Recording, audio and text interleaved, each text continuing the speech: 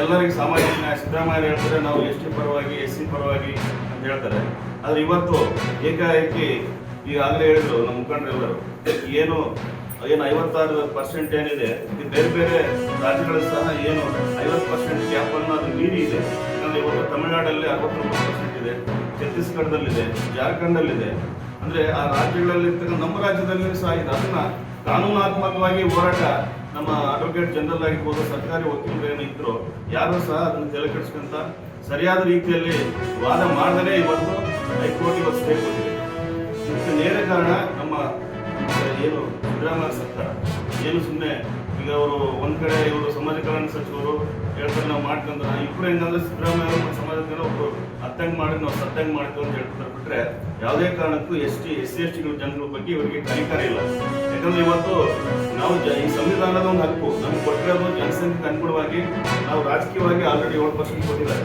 ನಮಗೆ ಉದ್ಯೋಗದಲ್ಲಿ ಮತ್ತೆ ಎಜುಕೇಷನ್ ನಲ್ಲಿ ಇವತ್ತು ನಮಗೆ ನಮ್ಮ ಬಿಜೆಪಿ ಸರ್ಕಾರ ಇದ್ದಾಗ 22ರಿಂದ ನಮಗೆ ಅನುಕೂಲ ಮಾಡಿಕೊಟ್ಟಿದೆ.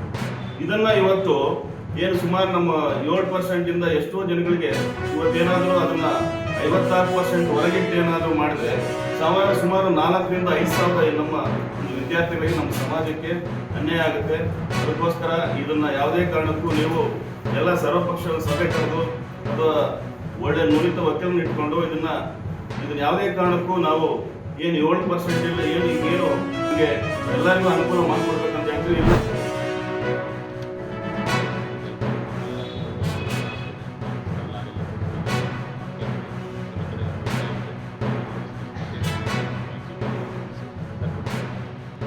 TC ತರಬೇಕು ಇದ್ರ ಅನ್ನೋದಾದ್ರೆ ಅವರು ಹಿರಿಯೂರಿನಲ್ಲಿ ಹೋಗಿ ಬೆಂಗಳೂರಲ್ಲಿ ಸಂಬಳ ತಗೊಂಡ್ಬರ್ಲಿ ನೋಡೋಣ, ಒಂದು ತಿಂಗಳು ಸಂಬಳ ತಗೊಂಡು ಬರಲಿ ನೋಡೋಣ.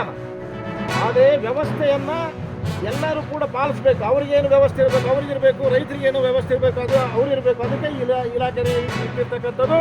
ಅದನ್ನು ಉಲ್ಲಂಘನೆ ಮಾಡಿದ್ರೆ ಹುಷಾರು.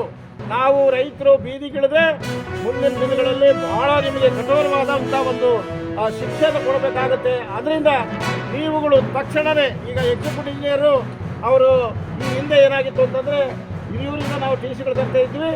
ಆದರೆ ನಾವು ರೈತ ಸಂಘದವ್ರು ಹೋರಾಟ ಮಾಡಿ 160 ಕಿಲೋಮೀಟರ್ ನಾವು ತರೋಕ್ಕಾಗಲ್ಲ. ಈ ಭಾಗದ ರೈತರಿಗೆ ಇಲ್ಲೇ TC ಸೆಂಟರ್ ರಿಪೇರಿ ಸೆಂಟರ್ಗಳನ್ನು ಮಾಡಿ ಇಲ್ಲೇ ಅವರಿಗೆ ಸರಬರಾಜು ಮಾಡಬೇಕು. ಚಳ್ಳಕೆರೆಯಲ್ಲಿ ಒಂದು ಮಾಡಿದರು, ಇಲ್ಲಿ ಬೀಜಿಕೆರೆಯಲ್ಲಿ ಒಂದು ಮಾಡಿದ್ದಾರೆ. ಸುಟ್ಟು TCಗಳನ್ನು ತತ್ಕ್ಷಣ ಕೊಡಬೇಕು ಅಂತ.